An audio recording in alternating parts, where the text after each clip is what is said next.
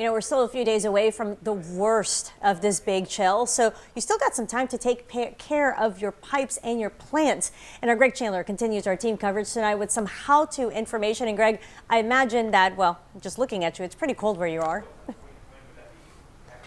Yeah, Katya, it's pretty cold. Checking this anemometer that was sent along by our weather department, it is hovering around 40 degrees, dipping into the higher 30s.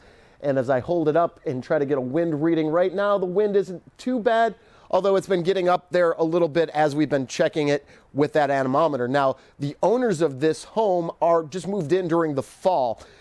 This is going to be their first winter here, or this is their first winter here. This is going to be their first freeze.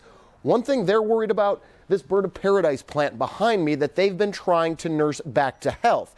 Now, for plants that are in the ground already, it is a good idea to potentially cover them with a blanket. Hanging baskets and small potted plants can come back inside. Larger potted plants can wait a little longer. Again, cover your in-ground plants with a cloth blanket. That helps keep them warmer. Make sure you make a tent out of that covering and don't wrap it around the stems.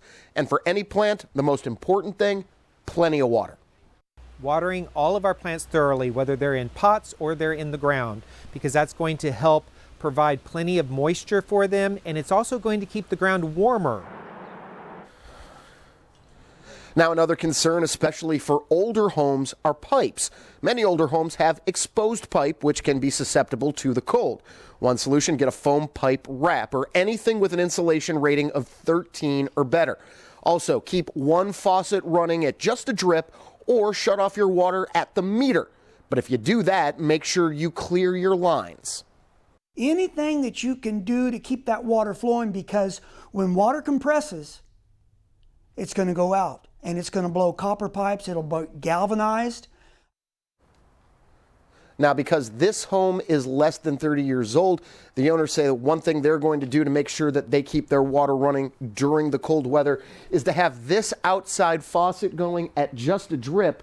One thing to keep in mind, if you do have an outside faucet going, though, make sure that you've got a bucket underneath it. You don't want to have a huge muddy spot or any damage to your concrete foundation.